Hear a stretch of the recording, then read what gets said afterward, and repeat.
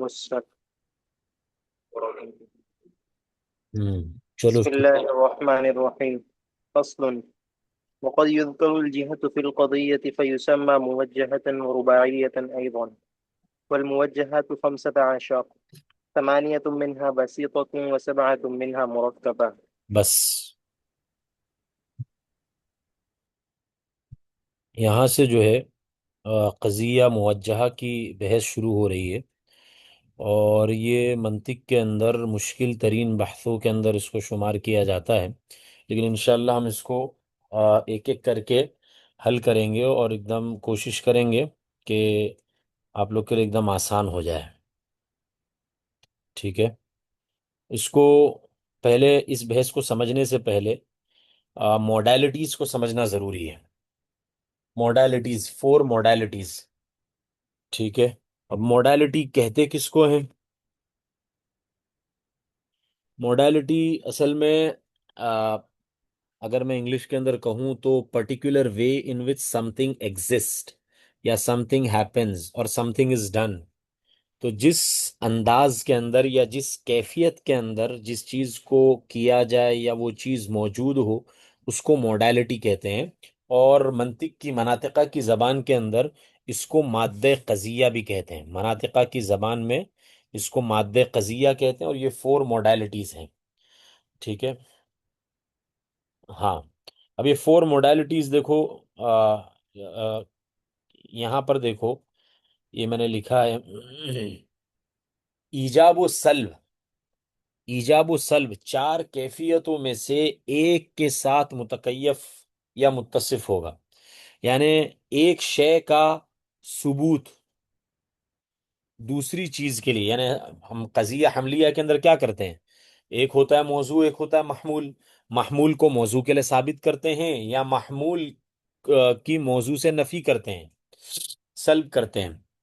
تو وہ ایجاب و سلب ہے، یعنی ایک شے کے لیے دوسری چیز کا جو ثبوت ہوگا، یا ایک شے سے دوسری چیز کی جو نفی ہوگی، تو یہ 4 کیفیتوں میں سے ایک سے متکیف ہوگی، یا 4 کیفیتوں میں سے ایک سے متصف ہوگی. اس میں پہلی جو موڈیلٹی ہے یا پہلی جو کیفیت ہے اس کو ہم کہتے ہیں وجوبی. ٹھیک ہے، انگلش کے اندر اس کو آپ نیسیسٹی کہہ سکتے ہیں، نیسیسٹی. دوسری ہے امکانی، یعنی پاسبلٹی.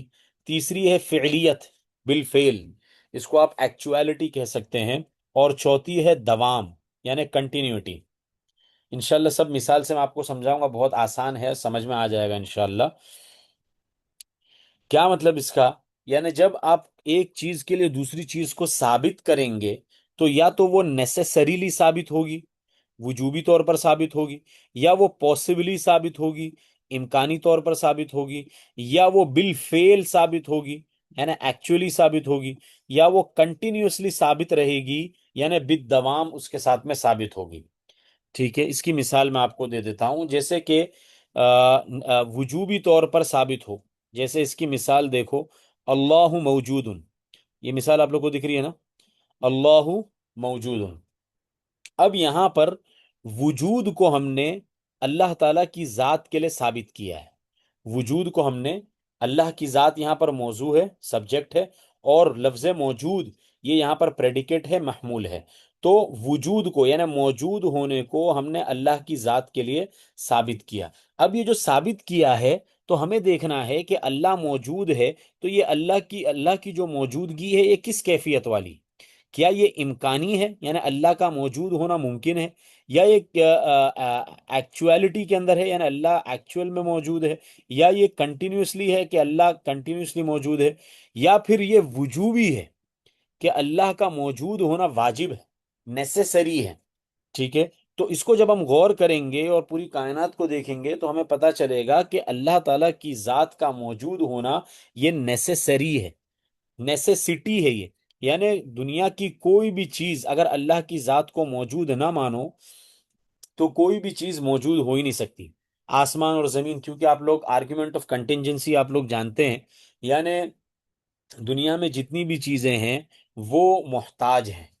ٹھیک ہے، یعنی ان کے اندر کنٹینجنٹ ڈپینڈنسیز ہے، اور کنٹینجنٹ ڈپینڈنسیز کو فلفل کرنے کے لیے کسی نیسیسری بینگ کا ہونا ضروری ہے. ٹھیک ہے، اور وہ نیسیسری بینگ اللہ کی ذات ہے، ٹھیک ہے۔ تو جب یہ آپ نے مان لیا کہ کنٹینجنٹ ڈپینڈنسیز کو فلفل کرنے کے لیے کوئی نیسیسری بینگ ضروری ہے اور وہ اللہ کی ذات ہے، تو اللہ تعالیٰ کا موجود ہونا یہ نیسیسری ہے۔ یعنی جب ہم کہتے ہیں نا کہ اللہ موجود ہے، یہ مطلب نہیں ہوتا ہے کہ اللہ موجود ہے بالامکان، بلکہ ہم جو یہ کہتے ہیں کہ اللہ موجود ہے تو اس سے مراد ہوتا ہے اللہ موجود ہے بالضرورت، نیسیسریلی گاڈ ایگزسٹ۔ جب ہم انگلش کے اندر اگر آپ کہیں گے گاڈ ایگزسٹ، تو یہ گاڈ ایگزسٹ، گاڈ کی جو ایگزسٹنس کے بارے میں آپ نے جو قضیہ آپ نے اپنی زبان سے نکالا یا جو یہ کہا گیا، تو گاڈ کی ایگزسٹنس یہ نیسیسری ہے، اللہ کی ذات موجود ہے وجوبی، بالضرورت اللہ کی ذات موجود ہے، ٹھیک ہے۔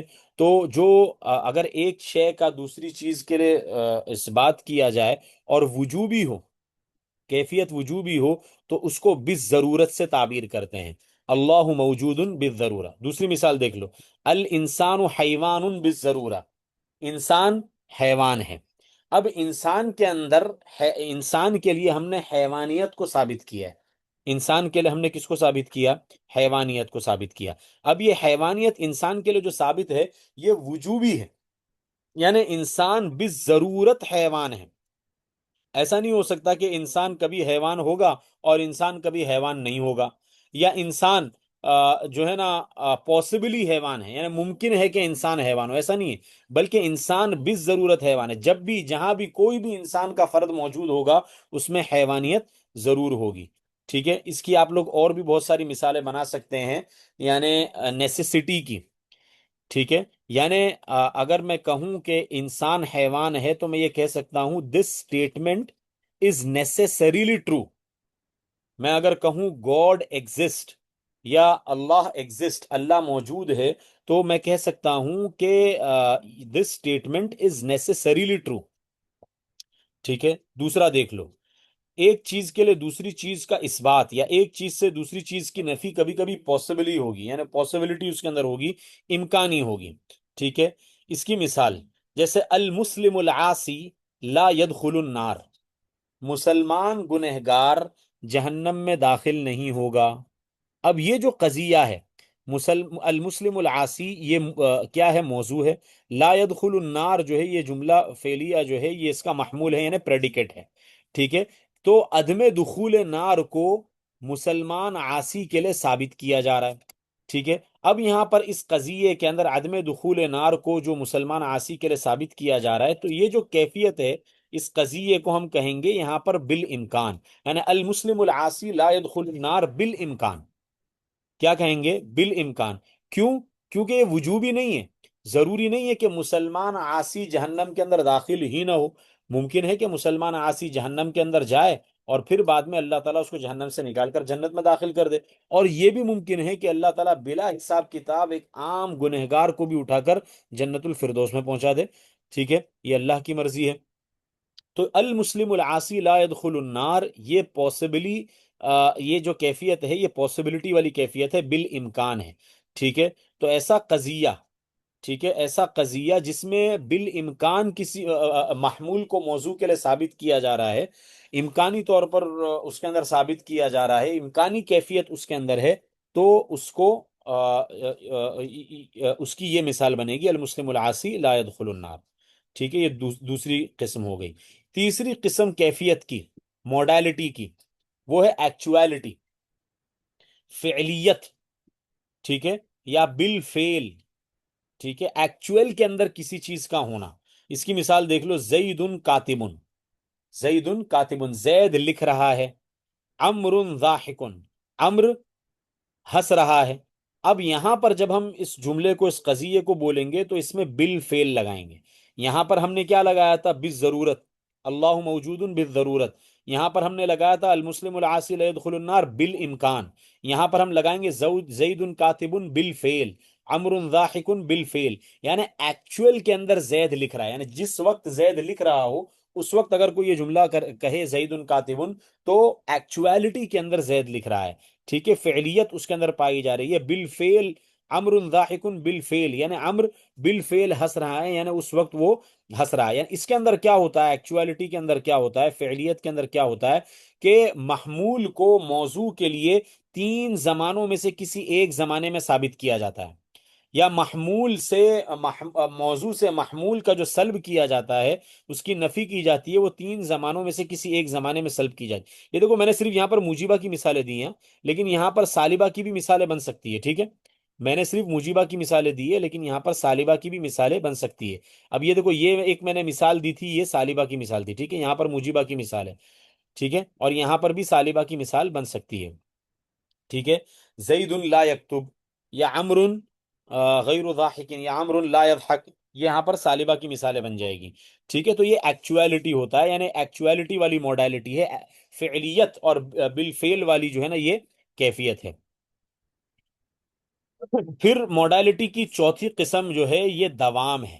موڈالٹی کی چوتھی قسم دوام، یعنی کنٹینیوٹی، یعنی ایک چیز کو دوسری چیز کے لیے ثابت کیا جائے اور اس طرح اس کا ثبوت ہو کہ اس میں دوام ہو.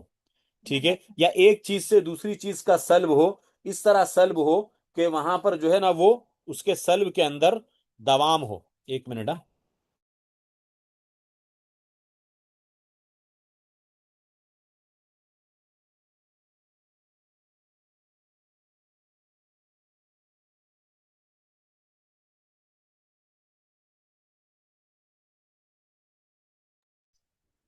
جی، اس کی مثال مناطقہ جو ہے نا، مناطقہ کے نزدیک جو ہے نا آسمان، جو قدیم فلاسفہ تھے ان کے نزدیک آسمان جو ہے یہ متحرک تھا.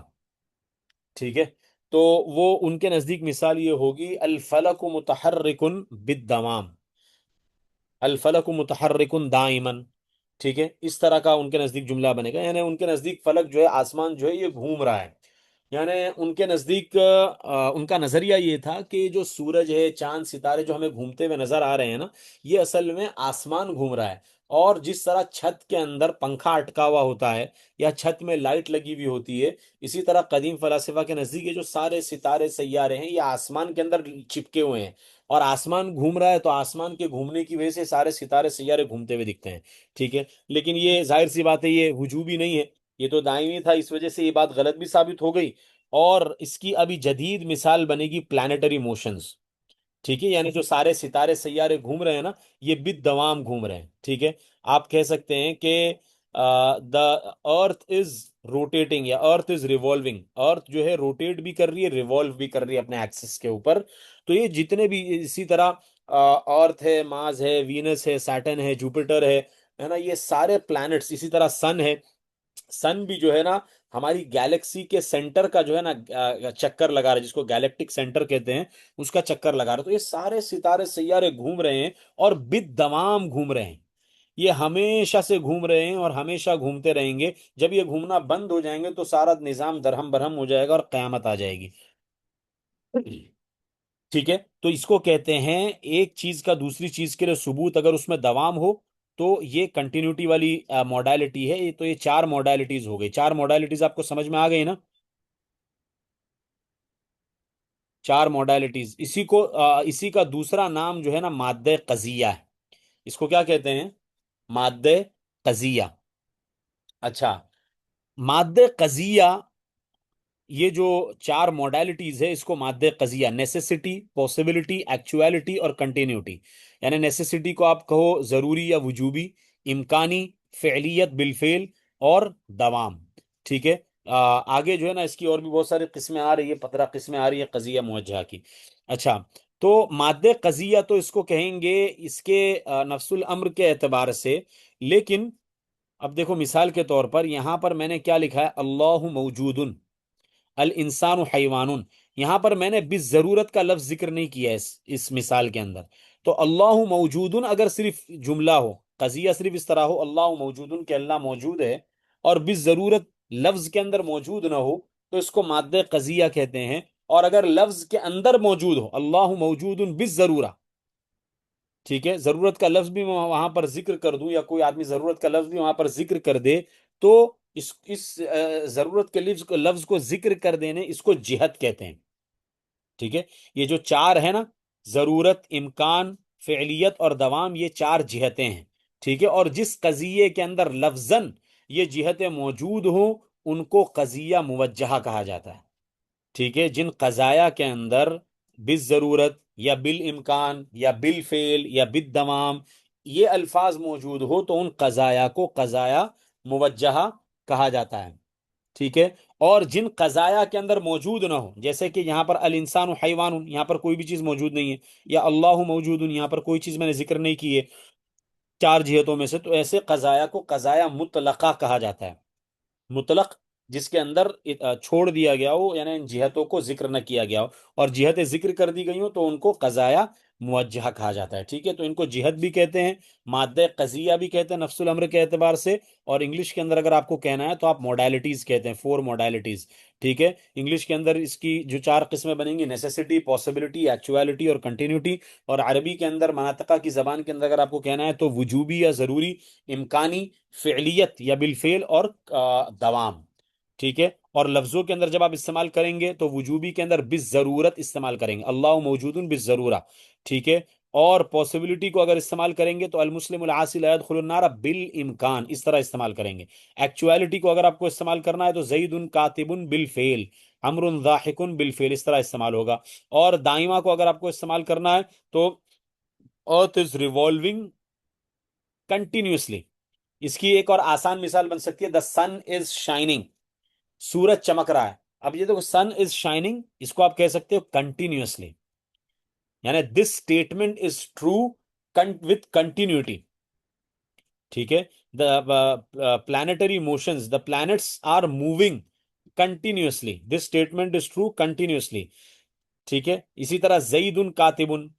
زید از رائٹنگ، اس کو آپ کہہ سکتے ہو بالفعل، Zaid is writing actually, Umar is laughing actually, اسی طرح this statement is true actually, اسی طرح بالامکان کو المسلم العاصی لا يدخل النار، تو آپ کہہ سکتے ہیں کہ دس اسٹیٹمنٹ از ٹرو پاسبلی، ٹھیک ہے، اور اللہ موجود، گاڈ ایگزسٹ، اس کو آپ کہہ سکتے ہو this statement is true necessarily, ضروری طور پر اس کا سچا ہونا ضروری ہے، ٹھیک ہے، یہ کچھ چیزیں ہو گئی اچھا، پھر ایک چیز اور سمجھو،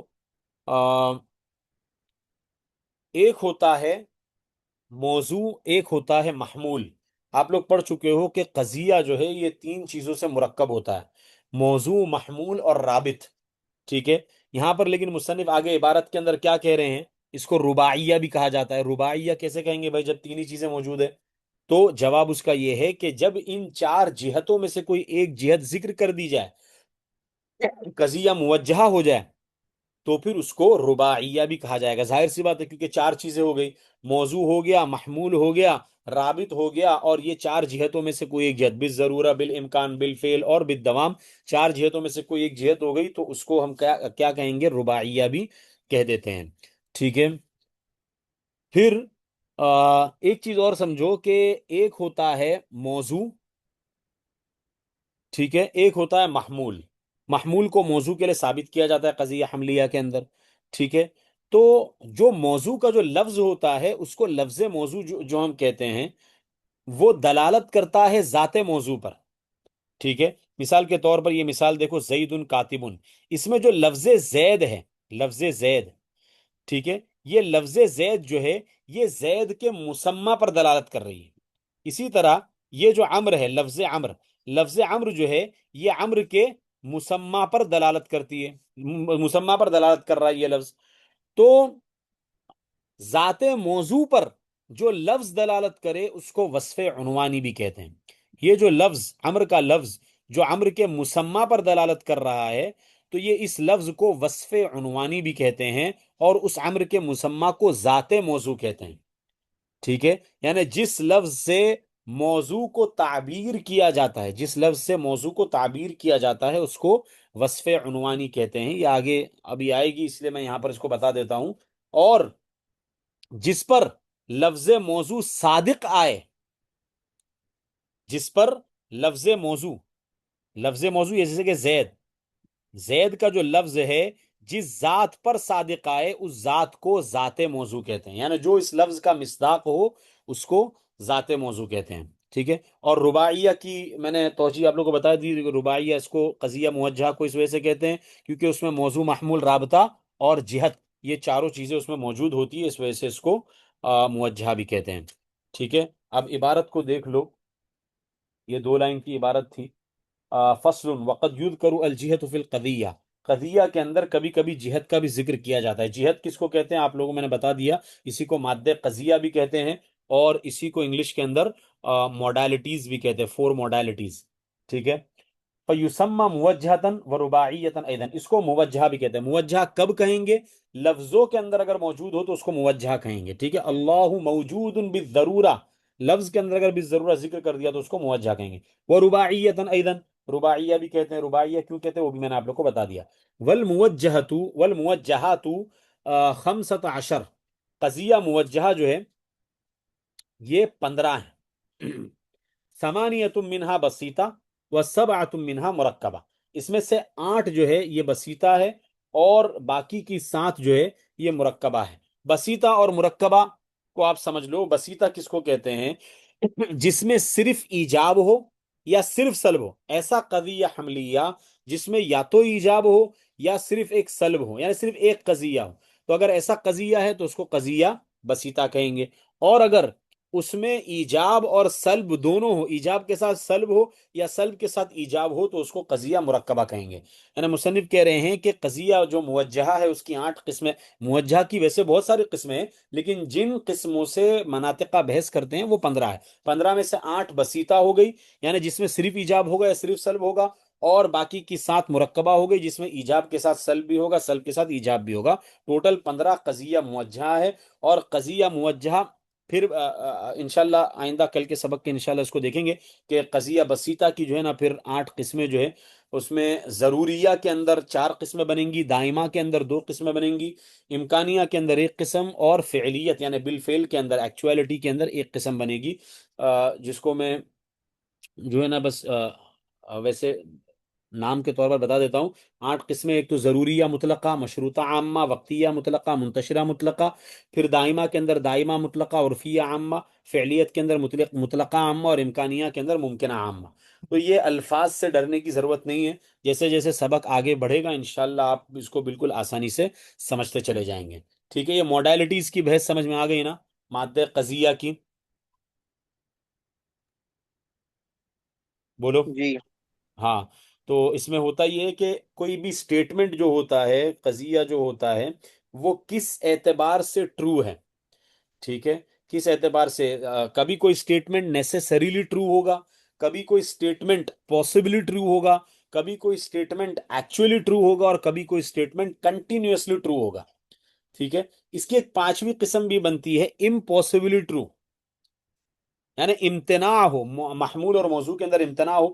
چونکہ اس سے بحث نہیں کی جاتی ہے، اس کو وہ ناممکن بھی ہوتا ہے، اس وجہ سے اس کو یہاں پر ذکر نہیں کیا. ان 4 کو یاد رکھو، یہ کافی ہے. ٹھیک ہے. بس آج کا سبق اس کو جو ہے نا ہم یہیں پر ختم کرتے ہیں. کوئی چیز سمجھ میں نہیں آئی ہو تو کوئی سوال ہے آپ لوگوں کا؟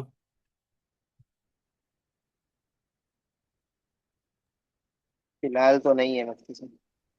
ٹھیک ہے. سبحان اللہ وبحمدہ، سبحانک اللہم وبحمدک، ونشہد ان لا الہ